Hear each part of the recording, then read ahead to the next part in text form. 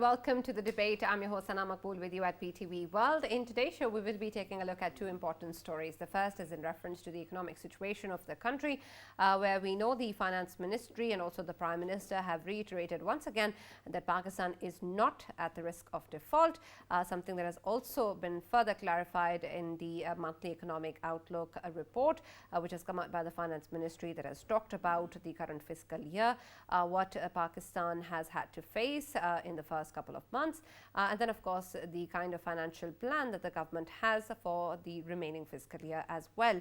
A number of challenges of course exist for the country. There have been many tough decisions by the government that have been made for the progress of the country. Many still remain, but the Finance Ministry has made it clear that Pakistan has met all its debt obligations, and all the medium and long-term obligations are also going to be comfortably met.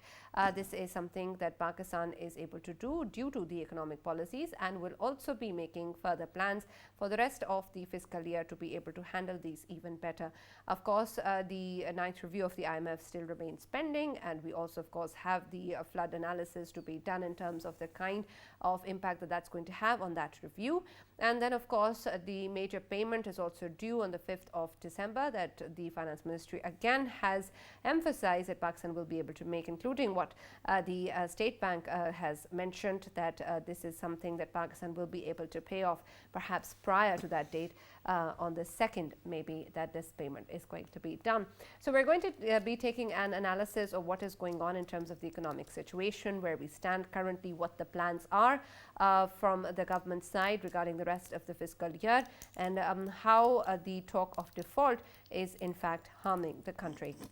In our next segment, we will be taking a look at another very important issue, and that is with regards to terrorism, something that Pakistan has unfortunately been dealing with for quite some time. And also in the aftermath of the US withdrawal from Afghanistan, there has been a spike in terrorist activities within the country that Pakistan has had to deal with. Along with that, of course, there is the TTP that Pakistan has been engaged with for quite some time. They have had made many efforts towards dialogue. Unfortunately, none have formalized into a proper tangible solution, with of course major issues still remaining to be resolved. And then the recent development by the TTP, which has ended the ceasefire with the government and has called its forces to go ahead with attacks throughout the country, because what they believe has not been respected in terms of the ceasefire, that there has been action taken by the military organization, and so therefore they have announced this particular move. At the same time, we have the US State Department also speaking and reiterating its support towards Pakistan and its counter-terrorism activities, and claiming that Pakistan has made an important role within this arena. And then of course with regards to the TTP and further commitments towards counterterrorism, the US and Pakistan will continue to support each other. So we're going to be taking a look at what that means for Pakistan in terms of the kind of strategies that are going to be employed towards not just TTP but other organizations as well, and how to deal with them internally and of course externally as well. That is going to be the focus of our segments today. For this and more, as usual, in the studios with me is senior analyst Farrukh Pitafi. And for our first segment regarding the economic outlook, we have been joined by Dr. Khaqan Najeeb, who's a former advisor at the Ministry of Finance. Thank you very much, Dr. Khaqan, for being a part of the show as usual. We've also been joined by Dr. Hasnain Javed, who's an economist. Thank you very much, Dr. Hasnain, for taking the time out to be part of the debate. Let me start with you, Dr. Khaqan. The big question, of course, with regards to where we stand right now, something that again and again has been answered by the Finance Ministry, the top leadership, but again, unfortunately, remains a bit of a question mark in the public eye, where we see that a lot of people keep talking about things which may not be true, and emphasizing on things which perhaps not everyone has a complete understanding of in terms of where Pakistan stands. So, of course, firstly, would love to hear clarification on that. And then moving forward, we of course know that the monthly outlook report has come out, which takes a look at where we stand in terms of the current fiscal year and what the plans are. So if you could first clarify the issue of default, and then talk about where we stand in terms of the progress made in the first few months of the current fiscal year. Sana, let me say that the intro that you gave is very balanced. It doesn't paint a picture where everything is smooth sailing. Or it doesn't paint a picture where Pakistan is headed to a crisis-like situation. So the best way to put forward is that a difficult international scenario with slowing global economies, rising interest rates is what faces Pakistan. On the other hand, a challenging balance of payments position, which is why we talk of this word insolvency or default. But I always say that Pakistan remains in a difficult and a challenging balance of payments position because of the international scenario that I explained to you, and because our current account deficit again rose in FY22 to about $17.5 billion and is still expected to clock somewhere near $10 billion this year, which added to the $22 billion that we need as gross financing puts us to accumulate about $32 billion, roughly plus minus in that. So that for any country and for Pakistan, that would be the highest the authorities. Now, because of that, Pakistan had to go to the IMF. It's always a balance of payments challenge that has in 2018, it was the same when we entered the program, a current account deficit of $19.3 billion, and you are again in that scenario. The best anchor at the time to ride us through, if you ask me, my base case scenario is that Pakistan will overcome this delay that we've had since November 3rd of not completing the ninth review. Trust me, the higher calls on default and crisis are due to this delay. If we Right. had Dr. Khaqan completed Najeeb, the third review, since you brought up the yes. ninth review, let me ask you another very important question. Regarding this recovery plan that IMF is demanding before any talks can start on the ninth review, do you think that Pakistan is in a position to actually come up with a clear plan regarding recovery? And also, Dr. Khaqan, you were mentioning this concern. So, what else do you expect could be a hindrance for this review to not be completed? So, Pitafi sir, first of all, you've given the right cue. So, what has happened is that we did a macro framework, which means that we set our GDP growth rate, our inflation targets, our fiscal targets with the fund for the August 29th board approval. Unfortunately, we did not incorporate the flood estimates as they had not come. And the flood estimates are now forming a picture for us, which has changed the macro framework which we signed with them on August 29th through the board approval. Now, this is a bit, so here I'm willing to give the government a bit of leeway. And why is that so? Because this is a new scenario that would not have been created had there been no floods. We would have walked the same macro and fiscal framework that was agreed. Now, the delay is that we have to give to the fund credible numbers of how much fiscal space do we actually want. Look, the fund is not unreasonable. They will not ask you that don't spend on the Benazir Income Support Program or SAS, whatever you Right. want to call it.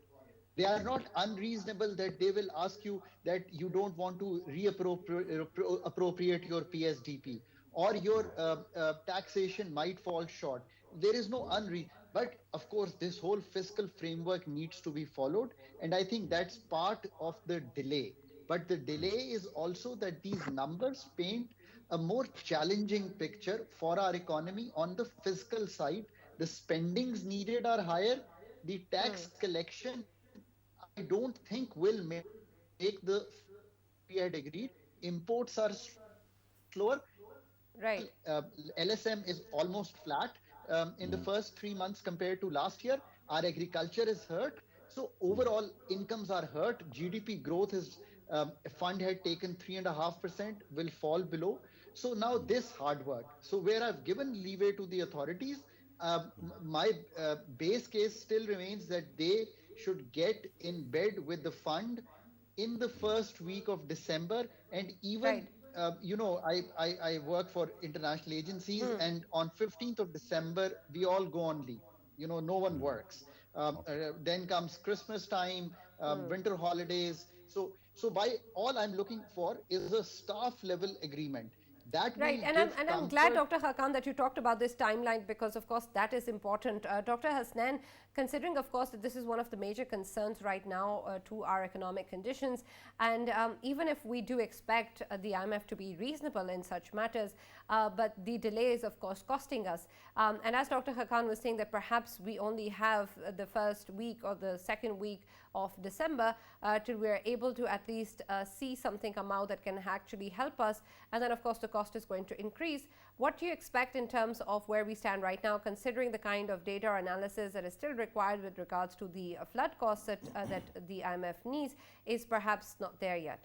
And Dr. Saab, could you also clarify whether IMF is demanding the recovery plan regarding how much fiscal space we will need or how much fiscal space we have, so that the IMF is asking us to make pledges to take care of that financing gap as well? Yes, thank you very much. Would start. I just wanted to take a phrase from a very famous book. The tagline of that book was, "If we are not the part of solution, then we are the problem." So the problem is that it is a default or no default. It is not the subject. That it is since inception we are continuous in current account deficit. One should know that we are around $1 billion of the discourse. We are in the trouble, and still that we are continuous in the inflows remittance problem. We are in the liquidity risk problem, in depleting reverse problem, and you are rightly said, Pitafi Sahab, that there are a number of many problems. But the good thing is, SBB received 500 million from the Asian Infrastructure Investment Bank, AIIB. So the funding is provided as a co-financing for development program in Pakistan. The very important thing is that yes, we are declining from the LSM, the large scale manufacturing. It is about the 0.4%. And if you just wanted to point out those figures, that why we are declining on those sides, like food output is 6.2%, tobacco is 30.2%, textile and so on and so forth, it is about the minus 0.4%, where it was the time when we were about the 10 to 12%. But why it is causes? It causes about the you must have to remember those times when Asad Umar was initially started as the finance minister, and he delayed the whole program, IMF program, for the 8 months. Who will pay that cost? Who is going to pay that cost? That when the Fitch downgraded us, the Pakistan is a long-term issuer, default rating to the C++. Now from onward that we are now into the B+. So then again the Moody's downgrade. Of course we are in the contraction. Then in the case, it was a sudden effect. It was one of the you can say the most sensitive part at that time, when he was not in the IMF program, and then the Hafiz Sheikh was being taken, and then it was being requested to come Right. up the Shaukat Tareen, and then they sometimes goes to the contraction, sometime into the open trickle down effect, and so many other stories. But the problem is we have to fix so many issues. We have the current account deficits, we have the liquidity risk, we have the depleting reverse problems, and then what we need is a right estimation. We have a flood estimation. It was wrongly said. Of course, we have to take, hit and trial. The Mifta Ismail Saab was not so accurate in that case. He was not estimated the right waste. It was like 30 billion. Then he says it was just a 10 billion of the total damages, but it was the 30 to 40 billion Right, of absolutely, the Dr. Hasnain, and I But understand there are many issues, and that's of course a work in progress also that you keep pointing out. But I'd like to take Dr. Khaqan, if you'd like to complete your thought, go ahead, but we have to go to Dr. Khaqan as well. Go ahead. Yes, I just wanted to add one more point. The country requires 32 billion to 34 billion fiscal year in this fiscal year to foreign obligation. Now, the second important thing is the BRACC, the building resilience with the activity counter cycle expenditure program, Asian Development Bank, and third problem is the economic crisis. The ADB is financing us. So the good thing is they are considering us at to the developmental side, so we can develop and elevate our economy in a very usual point. And then second point is the 1.8 billion IMF tranche. The Pakistan is working on IMF Yeah. tranche. If it is still working on analyzing, so it will come out Absolutely, of I that. understand that, Dr. Hakan. Of course, there's a lot that is perhaps clear in terms of the issues, and there's no need for me to explain that to you. But in terms of the kind of issues that have been pointed out by Dr. Hasnain, there is of course a lot of hope coming in from various aspects as to what we expect to happen, especially in December and then later on as well. But in terms of the plan that the report also talks about that the government has in terms of the remaining financial year, there of course must be certain actions or steps or strategies that you've already worked towards that we'd like to of course know in terms of taking the factors of the floods and the global impacts and of course the internal situation into account, because right now we are in that position to have this sort of information and to be able to make perhaps a better estimate of what sort of decisions are required. So what do you think is that plan? So first of all, something that you have seen that has been done well is that the current account deficit has fallen. I think this is a good achievement on part of the authorities. Pakistan's current account deficit has come down to $2.8 billion in the first 4 months compared to 5.3 in the same period last year. So that's the right direction. In the short run, I'm not a fan of import compression, but in the short run, with dollar liquidity crunch faced by a country, the advice would be to curb the imports. And of course, one can argue on the ways to do it. Monetary tightening is one way to slow the economy. You have to remember that the second stance after current account is that you are trying to create what we call a controlled recession, a controlled slowdown. And so you've seen the second part of it through the monetary policy, the monetary policy tightening to 16%. And generally, people have been critical of that. My point of view is slightly different, and I have always felt that with core inflation high and increasing over the last several months in negative real interest rates in the country, and the IMF program, and thinking about the IMF thought process, which a lot of people tend to forget, that was the second thing you saw. So, and that curbs demand. Inflation is a monetary phenomenon. So, you cannot take that away. Cost push factors are there, but you can't. So you saw the second, the bit that so these two things, I think we are on the right path. Now, let me put something that I'm a bit more worried about, Sana. And those are things like, on the remittance front, I am uncomfortable because our remittances have fallen over the last 4 months. And the report that you've mentioned from the finance division, I've read that report, also mentioned so.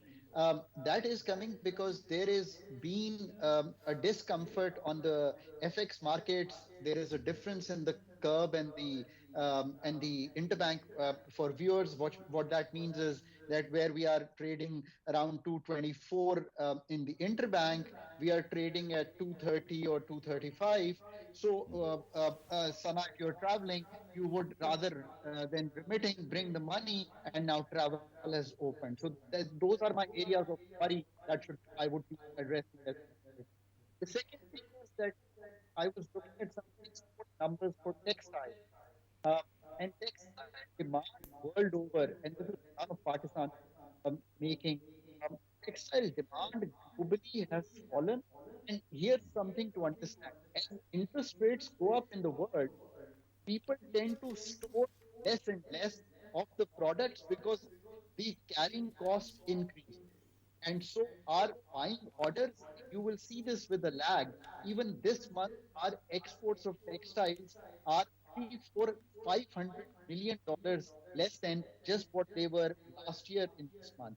So those are Right. two areas of concern. I have another area of concern. I don't think I would worry about it because foreign direct investment, in given the atmosphere, the political Yeah. uncertainty in the country, is something hard to fix. But But exports and Dr. Saab, remittance. you mentioned textile, right?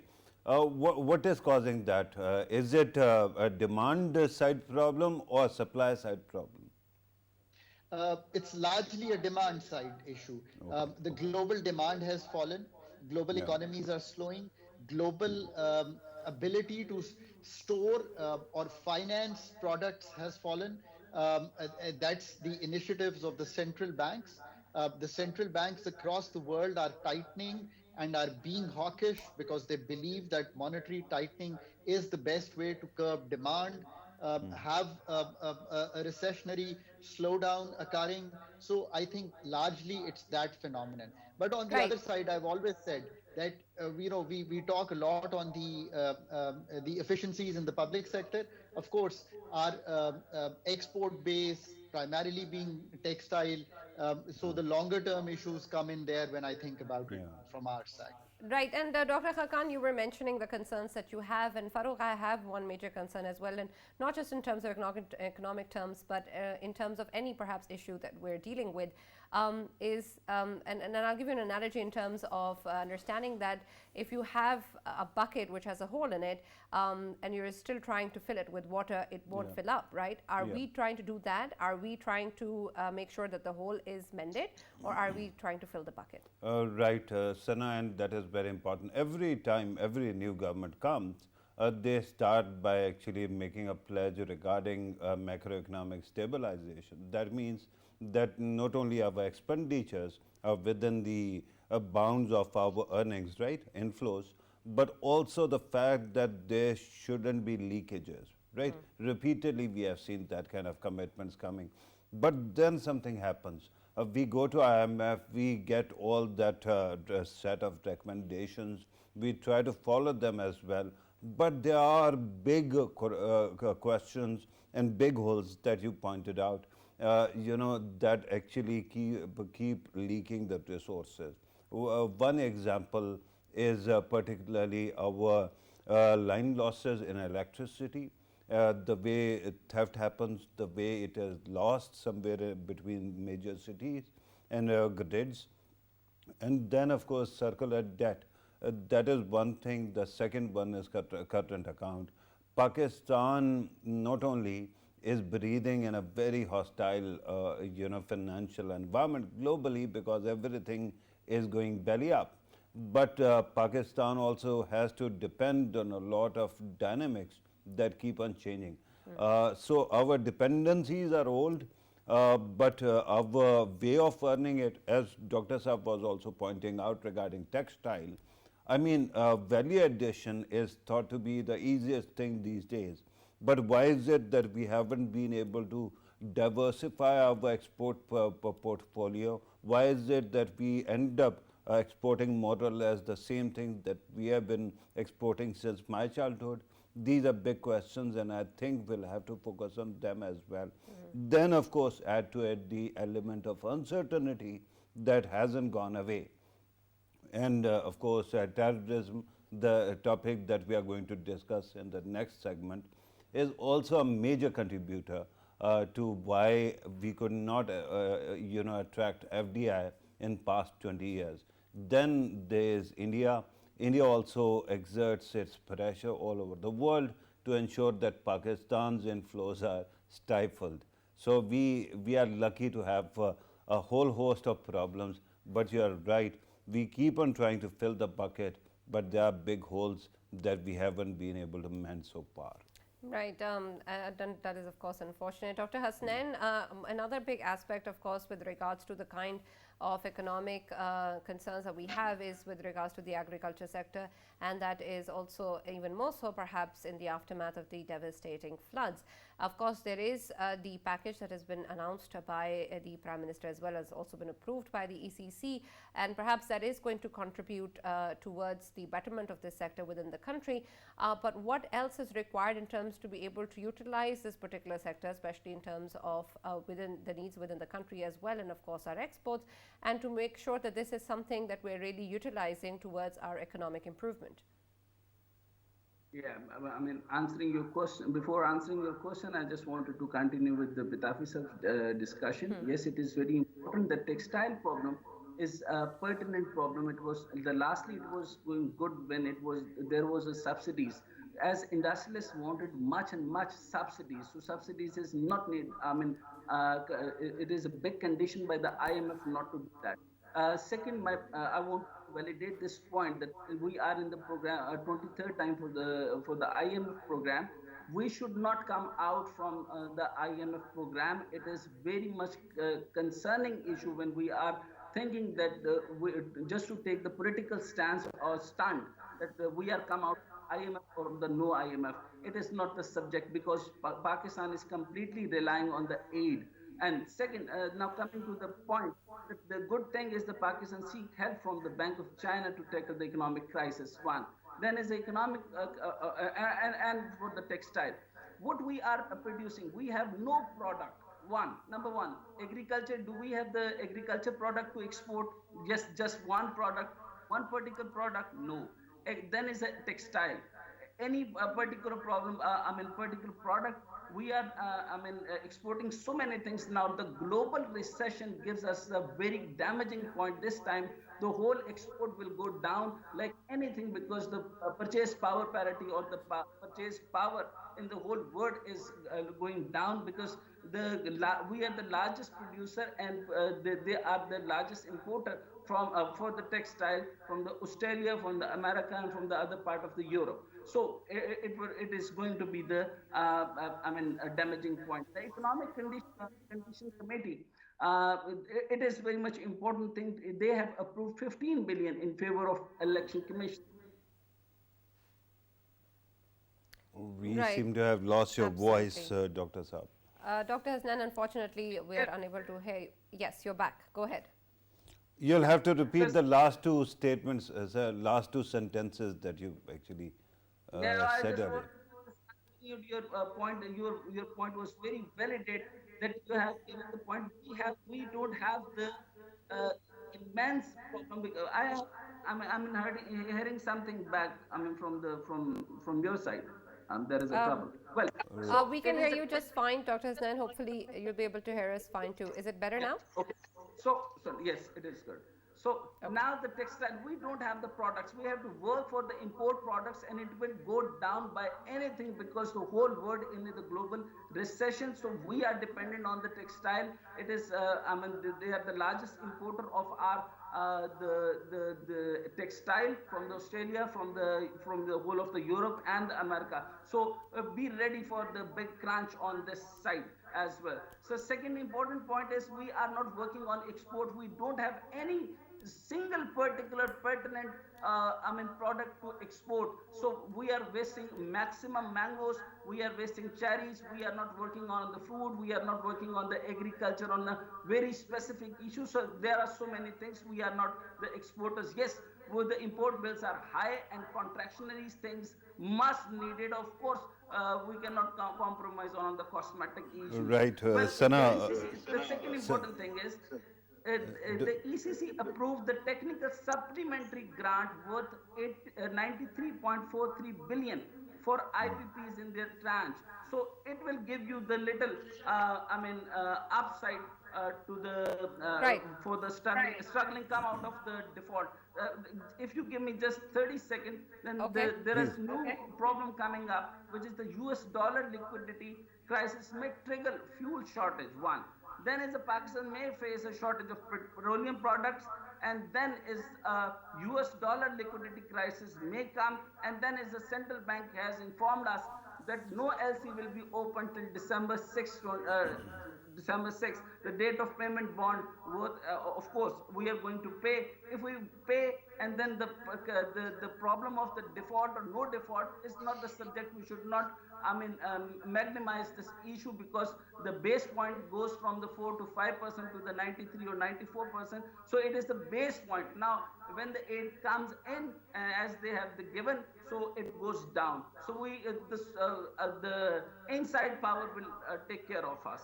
All Right. right. Sana, I Yes, just Farrukh. wanted to actually bring something on board. The news just in regarding petrol and diesel prices, which finance minister says that we are going to maintain for next 15 days, which will remain unchanged.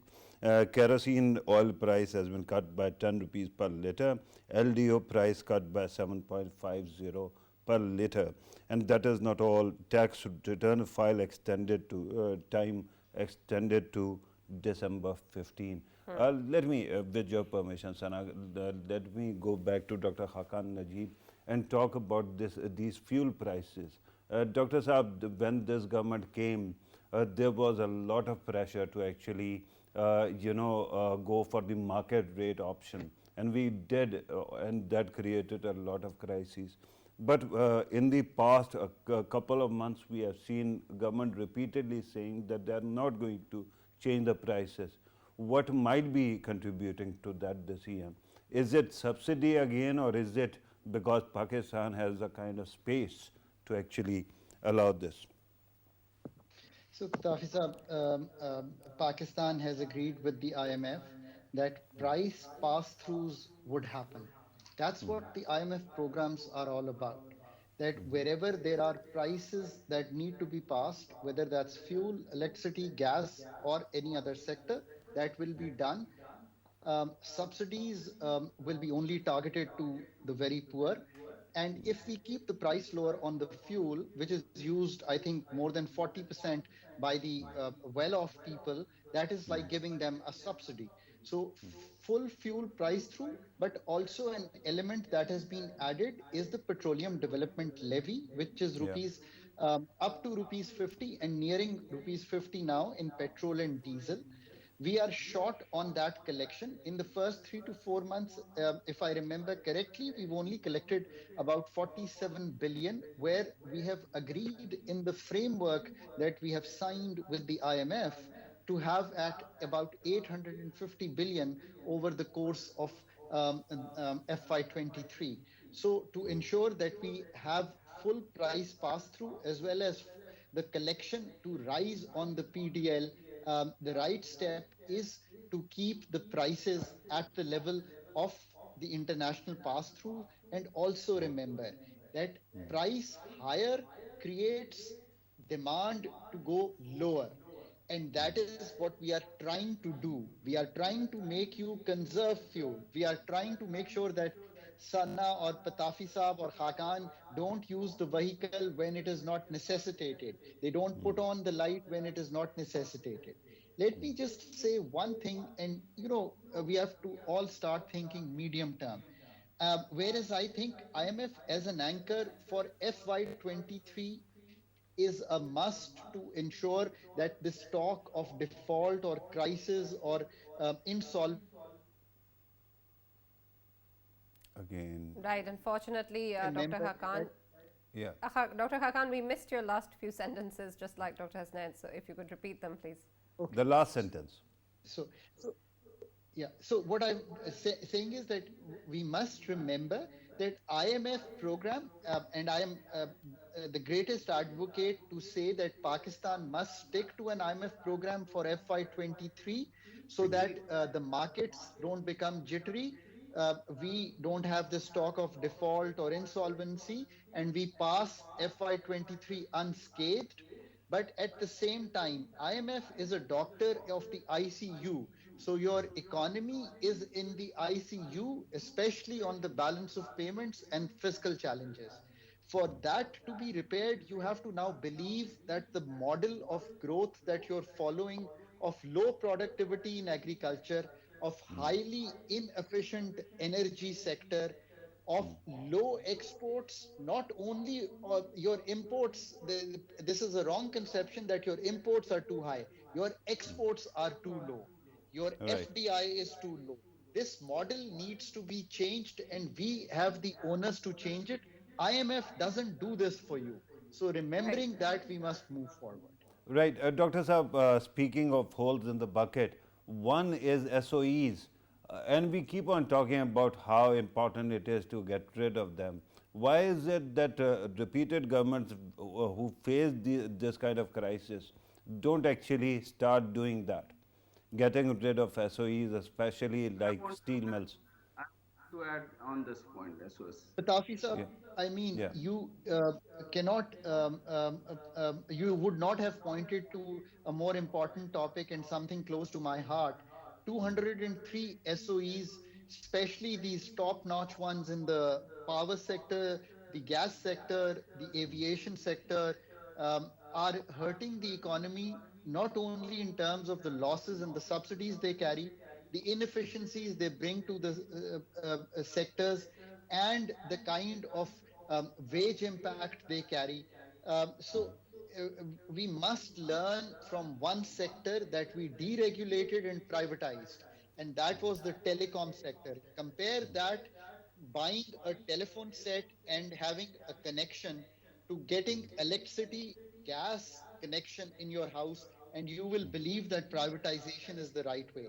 The Yeah, reason it it is. doesn't happen the reason it doesn't happen is because, one, the political parties, when they are in opposition, believe in that, but once they come into power, they think that relief is the best word. The best word is efficiency and productivity. And Right. secondly, uh, with respect to the Privatization Commission of Pakistan, I think we created a body outside the purview of the bureaucracy, but it has fallen to be another branch of the regular kind of work, and has not been able to deliver. And that is something that the Right, new absolutely. incoming And Dr. government. Khaqan, you've pointed out a valid point, but Dr. Hasnain would also like to add something to this. Go ahead, Dr. Hasnain. Yes, as for the SOS, I just wanted to add, he has rightly said to the big companies like the steel mill and other companies. But what about the subsidiary branches of the Ministry of Industry? There are so many companies like Pakistan Industrial Technical Assistance Center, National Productivity Organization, then is SMEDA. They are not at all working. Like one of the company is, I mean, yearly they are spending 40 crore of every year, and the supplementary grants is another subject. So they are putting overall on the 200 billion plus of the, I mean, continuous pressure on the economy. So we have to work. Right. Neither of the government in the past have done on that. I don't know. There was what is the conditionality? What is the bureaucratic hindrance between that? We should work on this. That Right, state-owned absolutely. enterprise must We'll be have to work on privatized. that. But thank you very much, Dr. Hasnain. Unfortunately, that's all we have time for. But thank you very much, Dr. Hasnain, for joining us, and Dr. Khaqan for being a part of the debate as well. We'll take a short break here, and we'll continue with the next segment.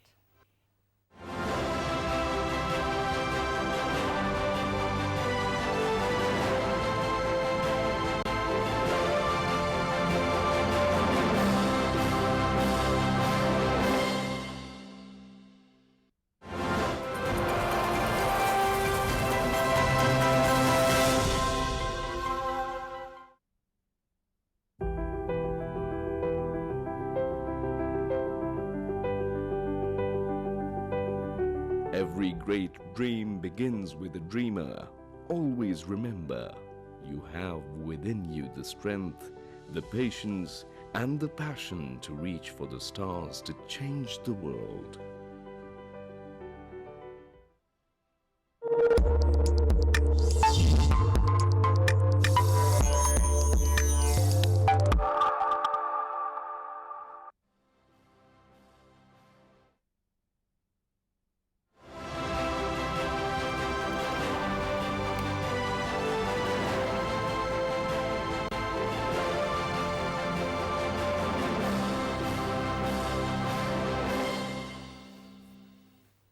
Welcome back to the debate. We're now going to be taking a look at the issue that Pakistan has been faced with for quite some time and unfortunately is still dealing with. The issue of terrorism, of course, has re-emerged again in the country as well after large parts of the country, of course, were tackled by military operations. And then, of course, with the TTP, Pakistan had also decided to go ahead with dialogue. Unfortunately, that really hasn't come to any conclusion as of yet.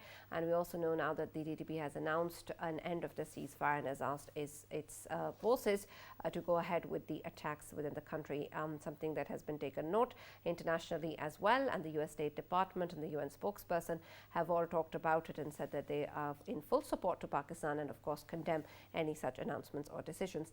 But Farrukh, we, of course, have been dealing with figuring out exactly how to combat this particular issue and how to interact and deal with the TTP.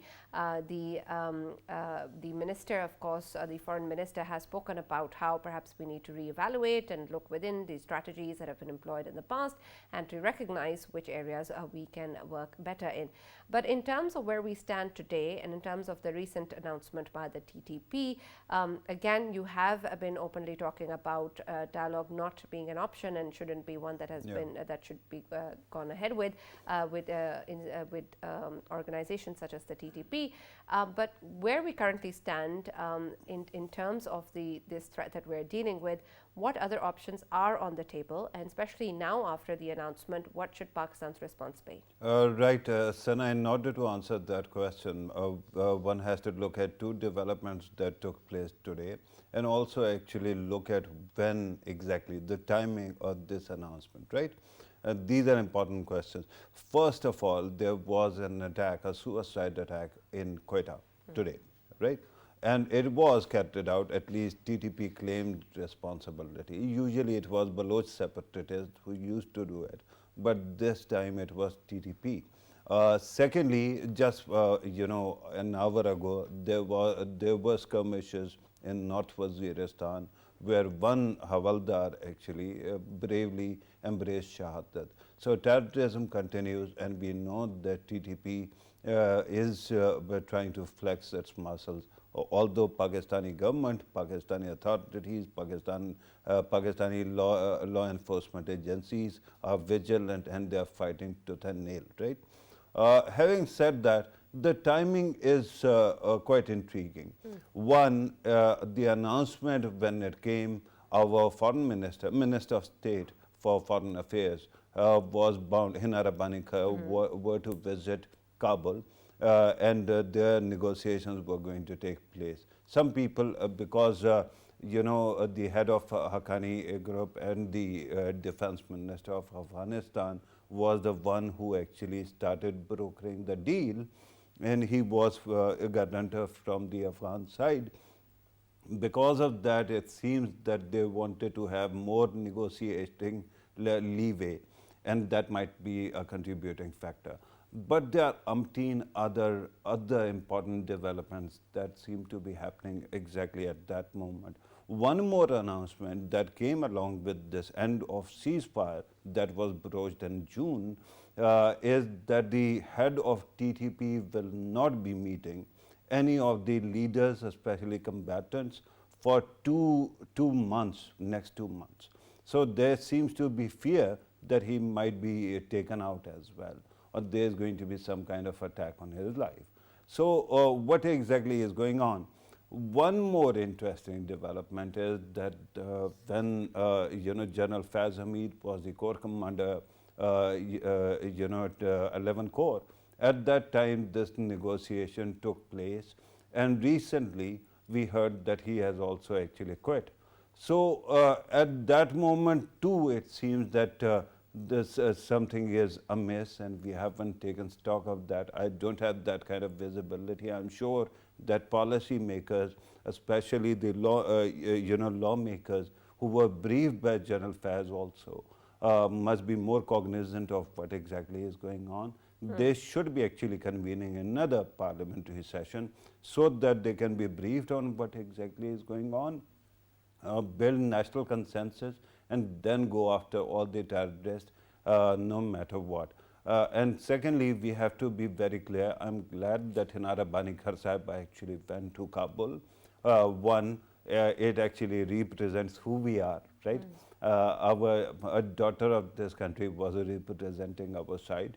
But secondly, because Afghanistan's government seems to be a part of problem in itself, because it refuses to comply with the commitments it made to the world community, will have to start speaking very clearly to the Kabul government that regardless of what they do with the world, because we are actually sharing burden of what is going on in Afghanistan economically, will have to say your land should not be used against Pakistan, and if you are harboring any criminals that might be there hiding in your land, you have to smoke them out. Right, and very quickly, what do you make of the statement by the US Department as well? Of course, Pakistan and the US have cooperated in the past extensively, of course, with regards to counterterrorism efforts, and Pakistan has always given huge support with regards to that. But in terms of where we stand now, can the US actually help us as well?